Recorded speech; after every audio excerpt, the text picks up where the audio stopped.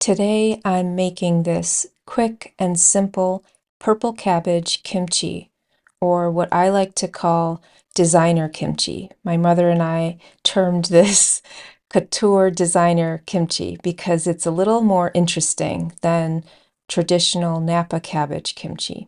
So gather your ingredients and make it along with me. I'm starting by cutting this purple cabbage that I've washed into pieces.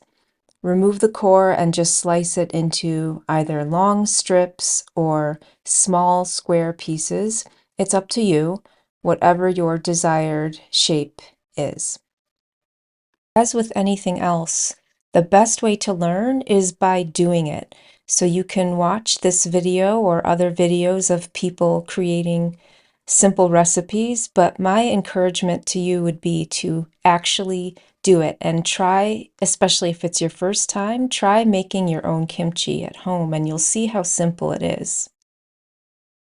With the cabbage cut, I'm now adding sea salt. I'm putting about 1/4 cup of sea salt here, but you'll need to use more salt if your cabbage is larger, and of course less salt for a smaller cabbage. And massage it very well, thoroughly, very thoroughly massage it with the salt, and then you're going to cover it with a bit of filtered water to brine the cabbage.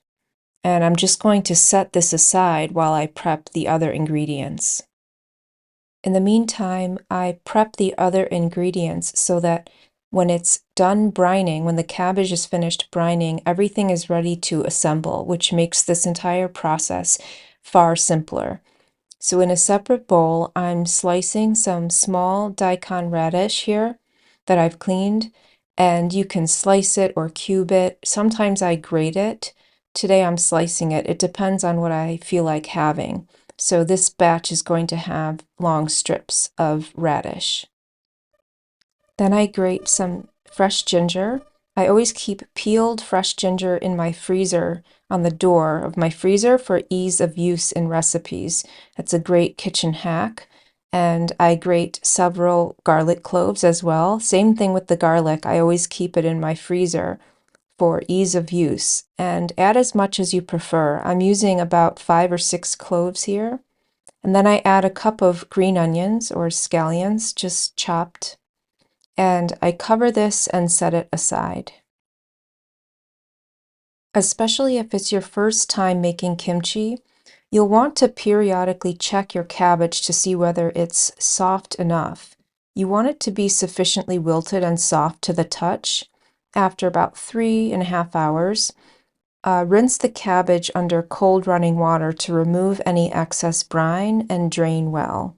And then I'm simply adding the prepped ingredients.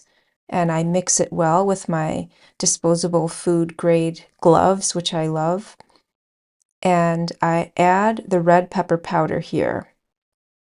Again, add to your level of spice preference, and you can even leave it out entirely if you don't want spicy kimchi but prefer a so-called naked fermented vegetable, which is to say blander but refreshing nonetheless, if you don't like spicy food.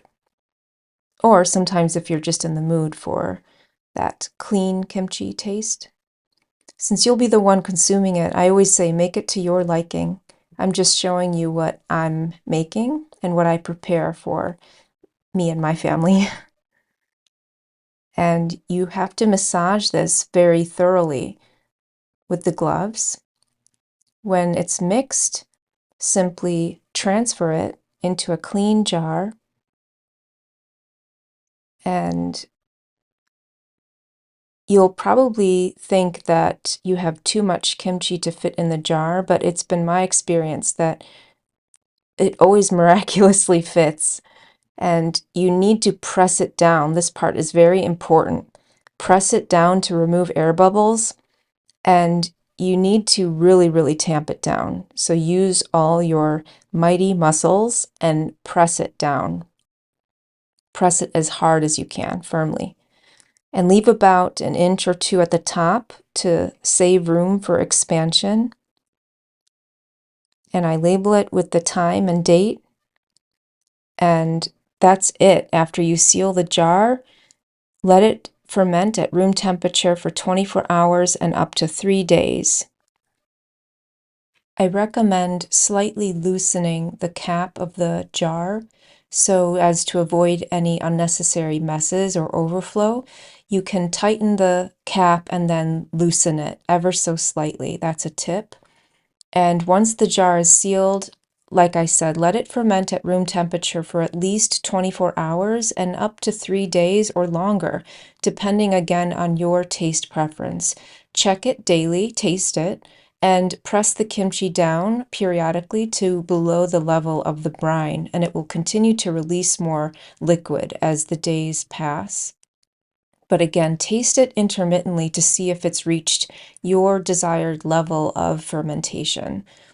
Once fermented to your taste, transfer the kimchi to the refrigerator. It'll continue to change in flavor as it ferments more gradually once refrigerated. Homemade kimchi can be enjoyed for several weeks, but in all honesty, it never lasts that long in our household. So I'm always making this on a weekend, pretty much every other week, I would say. Sour kimchi, though, can be cooked and made into soups or stews, which is a delicious way to repurpose quote-unquote old kimchi. You obviously lose out on the fermentation benefits because you're cooking it, but it's a good way to use up old kimchi and make a delicious meal for yourself. So that's it. Enjoy your designer kimchi. I always say health is wealth. Health is the true wealth. Thank you so much for watching.